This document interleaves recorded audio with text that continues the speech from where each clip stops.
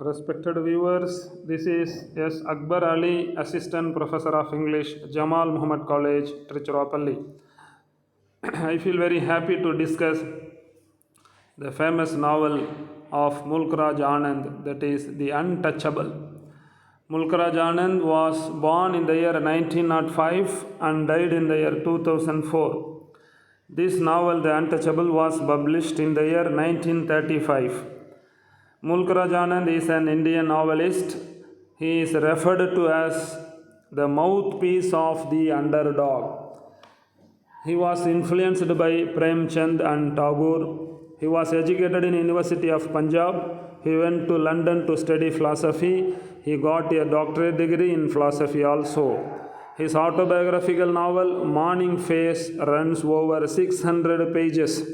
His father was working in British Indian Army. He sees everything through the eyes of the simple native people, which produces an effect that is most moving and touching. His first novel, Untouchable, introduces us to the world of outcasts.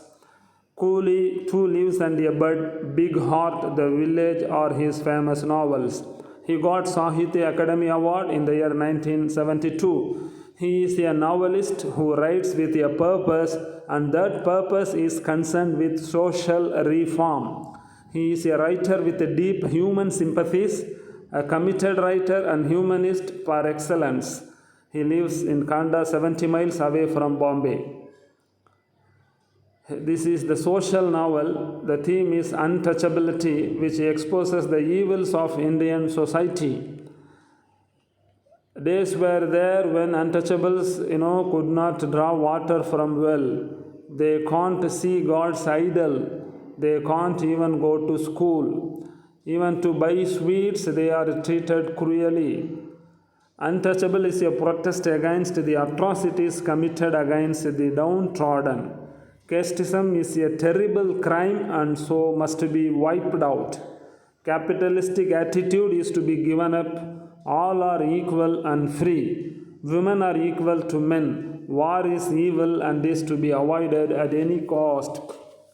So coming to the novel The Untouchable, there is the protagonist by name Baka. He is a sweeper boy. He is the hero of the novel, very young, treated very contemptuously by the high caste Hindus. He lives with his father. House is in Bulandshahr, a city in India, that is UP. He had a desire to imitate the sahibs in dress. He thought superior to others. He desires to go to school as other boys. He smokes. He is very intelligent. This is the story which is the day's event. Baka is a giant-like statue, rock-like muscles. So next character we have Lokha, father of Baka, the head of all the sweepers, that is, he is the in charge of cleaning the latrines of the British dwellers. Then we have Rakha, younger brother, he collects food. Then Sohini, Baka's youthful sister, she is sylph-like. Then there is Havaldar, Charat Singh. Then there is Kalinath Pandit, who is a priest. Chota and Ramcharan, friends of Baka. Then Colonel Hutchinson, the chief of the local Salvation Army, a British man. So the theme of this, The Untouchable, is the exploitation. Untouchable as a novel of protest.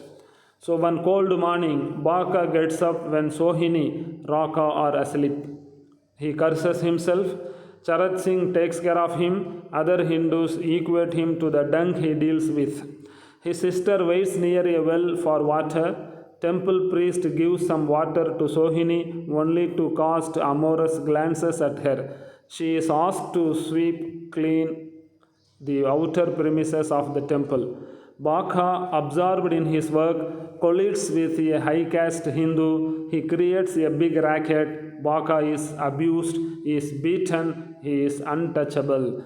He dares to go to temple. Others feel it is polluted. Sohini is misbehaved. Baka wants to take revenge.